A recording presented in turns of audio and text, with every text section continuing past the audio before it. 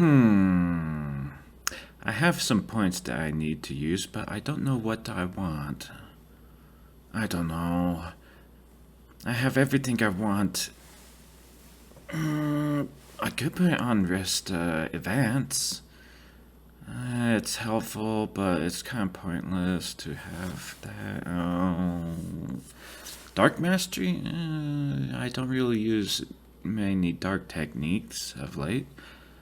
PP Restorate? It's nice, but it's kind of useless since I have several other things that help me out more than normal restoration. And even if I do run out of PP, I can just quickly regenerate it with my regular attacks with Wand Lover. It's pretty powerful by itself. You know what? Let's go ahead and see what other people say. Ring Discord. I see the error in your tree. You shouldn't put points in support skills. Sorry, what? They are completely useless. You should put points in Wind Mastery and do Xanvos. Do you know that Xanvos was nerfed and Wind Mastery does not affect Xanvos, right? Oh, you're right. Well, you still want to put points in something actually useful. Okay, thank you. I need a second opinion. Oh, I know nothing about Tetra, but I do know someone that is a Tetra. Let me hook you up. Okay. Hello! So your problem is that you put points in strike attack. That's not going to help you at all. I'm pretty sure that Wand Lover uses both strike attack and technique attack. No! When the reactor only puts points to the striking of the attack, it does not do strike attack. I'm not going to argue this. The points are already there. I'm just wanting to know what I want to do with my spare points. You should put it into Poison Ignition. Really? Poison Ignition? Gosh. Hello everyone, it's your Al. As for this video's topic, it's going to be about Tetra and the wonders it holds. Before I go into this topic, I just want to say that when you are creating your build for your character, that build is for you and you do not need to listen to what other people tell you. So let me share my knowledge on Tetra and its abilities. Then after the video, you can debate about what I have said in the comments and what you want to build later down the road. Alright. First off, let's go ahead and talk about Wand Lover and all of its glory. And to do that, I'm going to talk about the weapons themselves. If you look into the main class weapons, you will notice a trend with the weapons. With melee weapons, you will see that it will only have strike attack or melee attack for North America version. With range weapons, you will only see range attack. There are some exceptions to this, mostly with multi-class weapons, but when you come to technique user weapons, you will see that there are two attacks on the weapons: S attack and T attack, strike attack and technique attack. The reason for that is because technique users do not have a normal attack that uses technique attack, T attack. I'm just going to do T and S and whatever.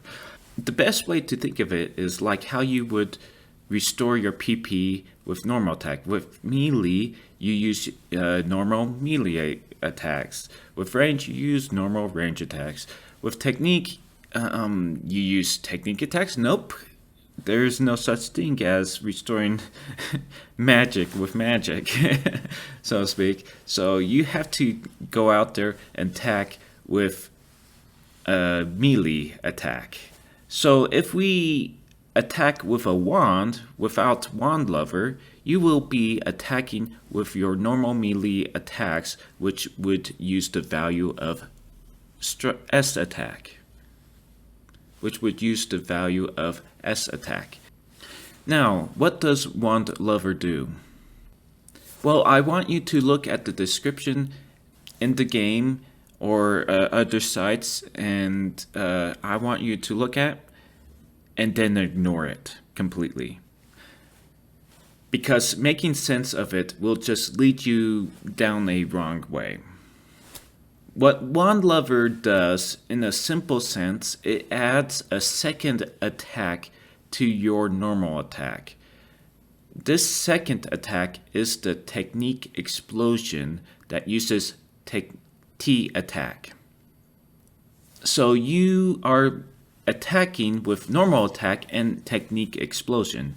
So you're using S attack and T attack.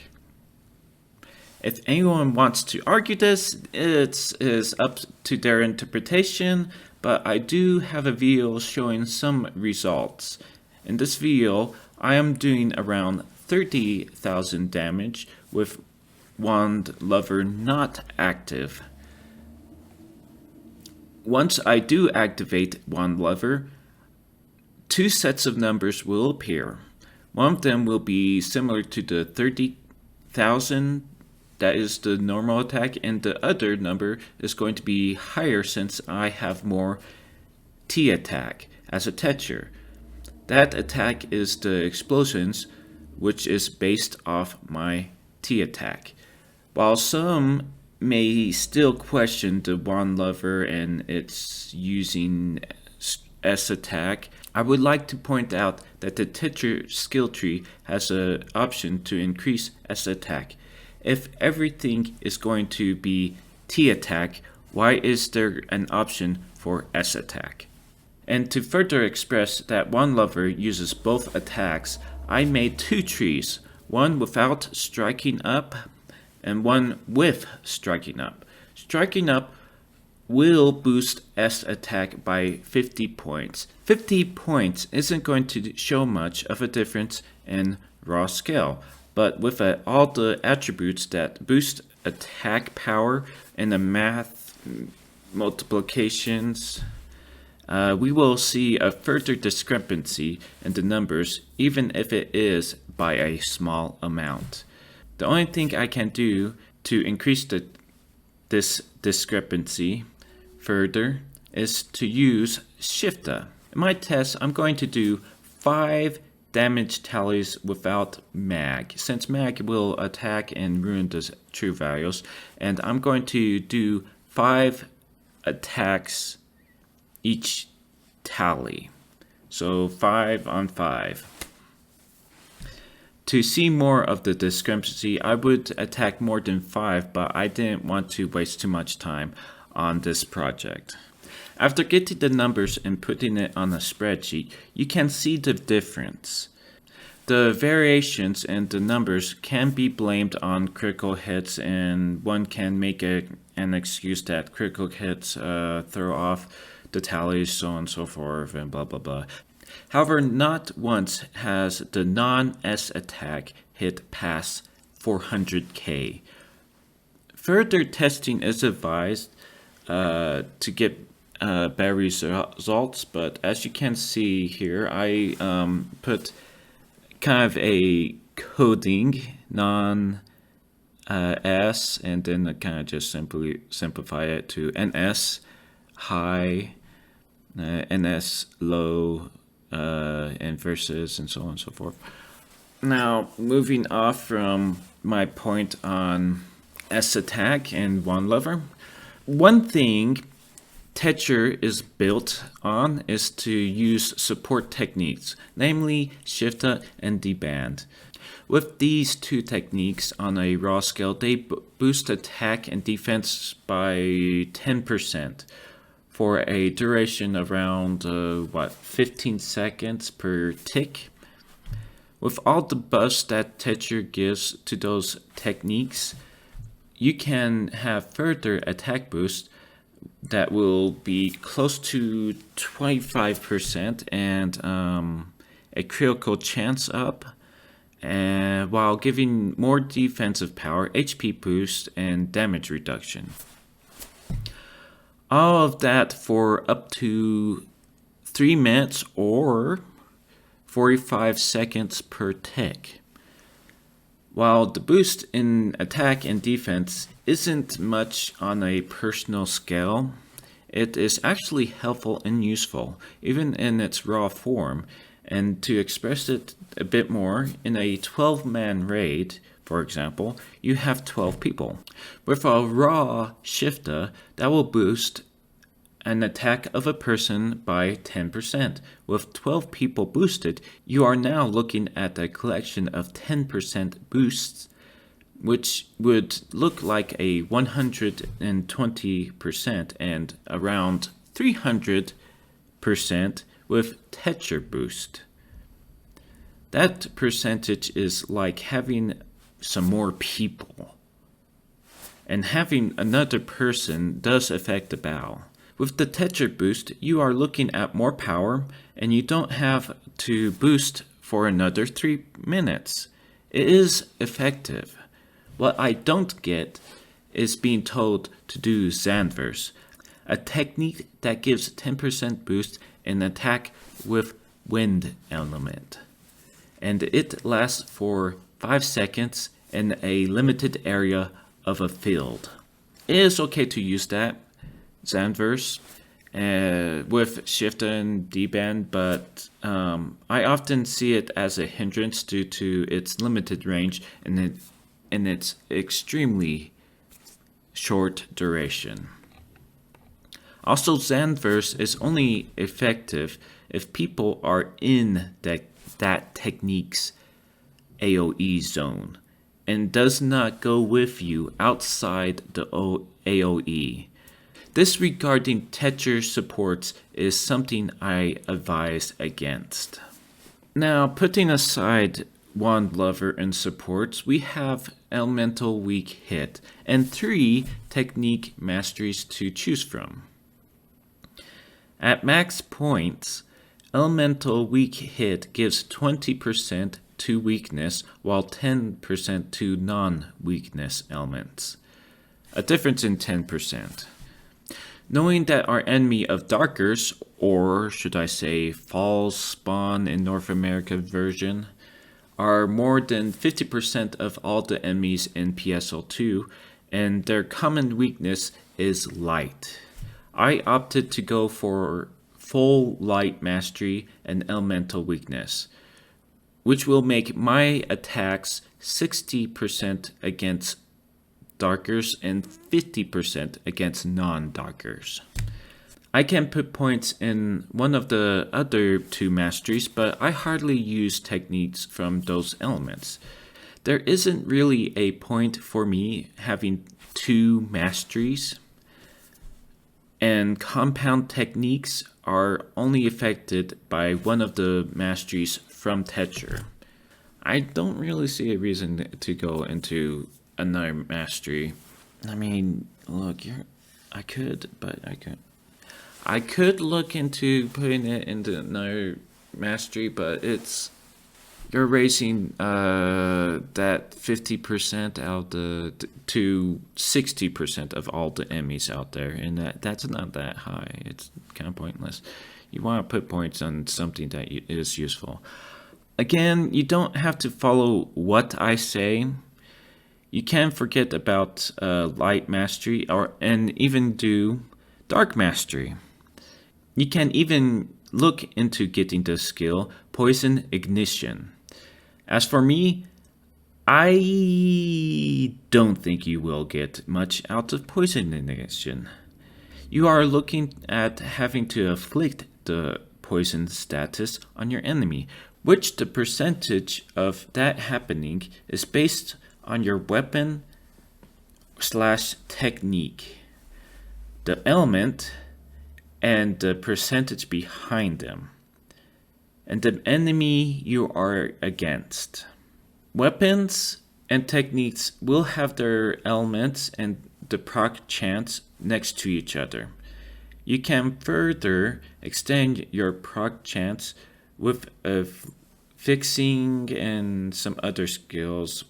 However, your enemy will have a guard against your proc rates.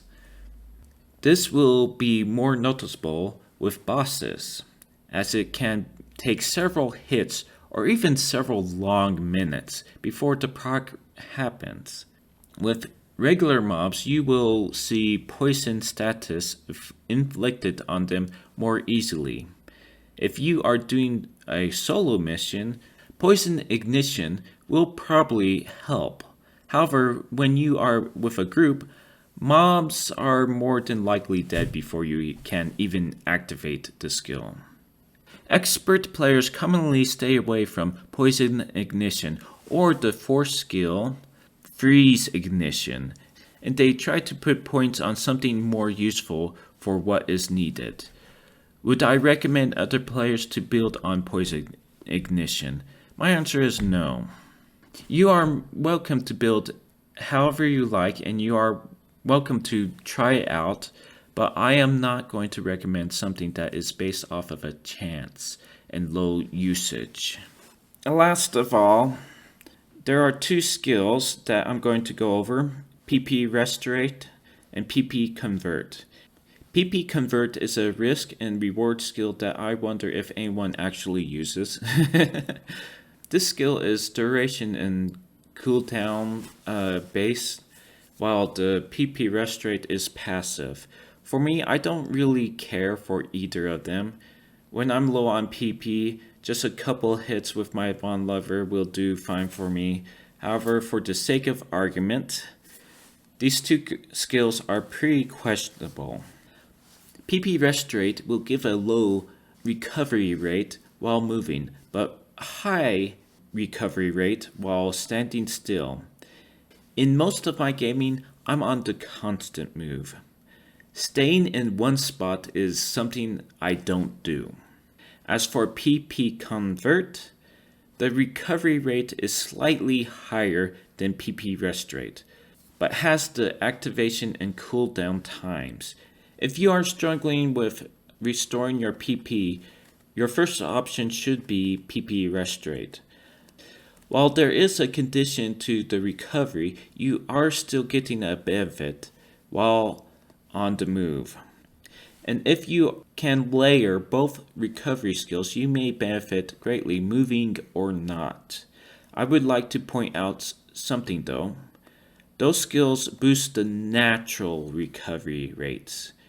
Attacking with normal attacks to recover PP will not be boosted, since those are attack recoveries. Also, other items with affixing or abilities may not be affected by this skill as well.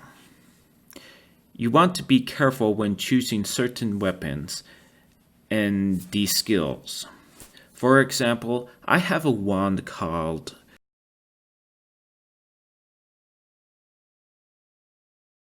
or a weapon from the Orb series.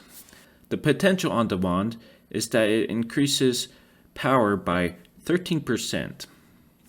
Natural PP recovery is halted and return regain 5 PP every 5 seconds.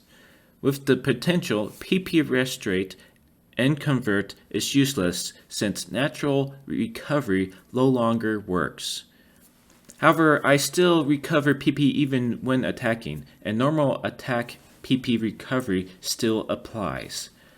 I actually love this weapon and prefer it more than PP skill recoveries, but it can be harmful to gameplay if you are not used to it. Alright, I hope this helps you understand more of Tetra and helps you get a better feel of what you want to do for your build. And if you have any questions, go ahead, put them in the comment. I'll reply to them as quickly as possible.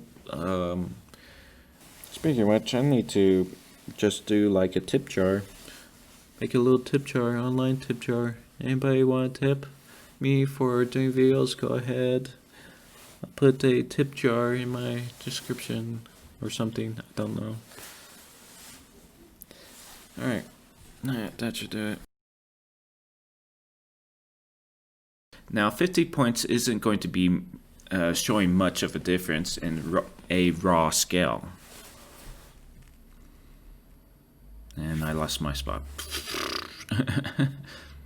Okay. Okay, there we go.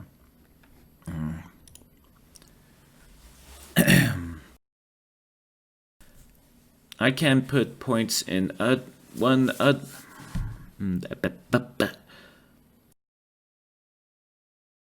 Expert players commonly stay away from poison